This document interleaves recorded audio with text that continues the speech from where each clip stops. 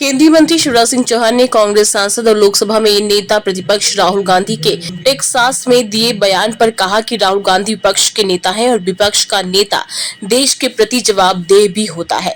देश जाकर देश की छवि खराब करना देशद्रोह जैसा अपराध है।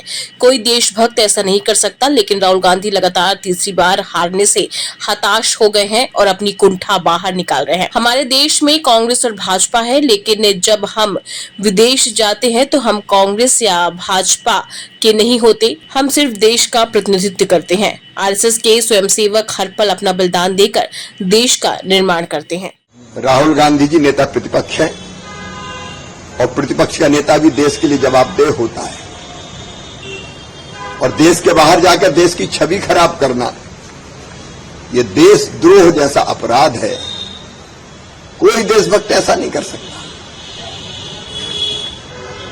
लेकिन राहुल जी तो लगता लगातार तीसरी बार हारने के बाद कांग्रेस के कुंठित हो गए और अपनी कुंठा देश की छवि खराब करके अमेरिका में निकाल रहे हैं।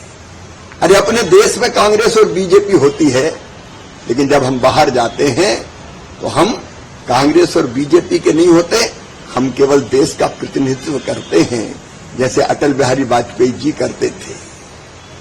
मैं भी जब एक बार अमेरिका गया था, तब श्रीमान मनमोहन सिंह जी भारत के प्रधानमंत्री थे, और जब मुझसे ये सवाल पूछा गया था कि भारत के प्रधानमंत्री क्या अंडर अचीवर है, मैंने कहा वो भारत के प्रधानमंत्री हैं और भारत का प्रधानमंत्री कभी अंडर अचीवर नहीं हो सकता, वो देश के नेता है।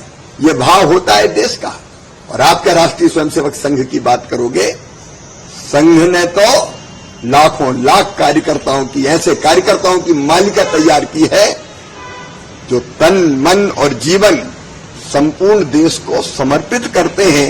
एक एक क्षण केवल देश के लिए जीने वाले संघ के स्वयंसेवक अपने आप को खपाकर वो देश बनाते हैं।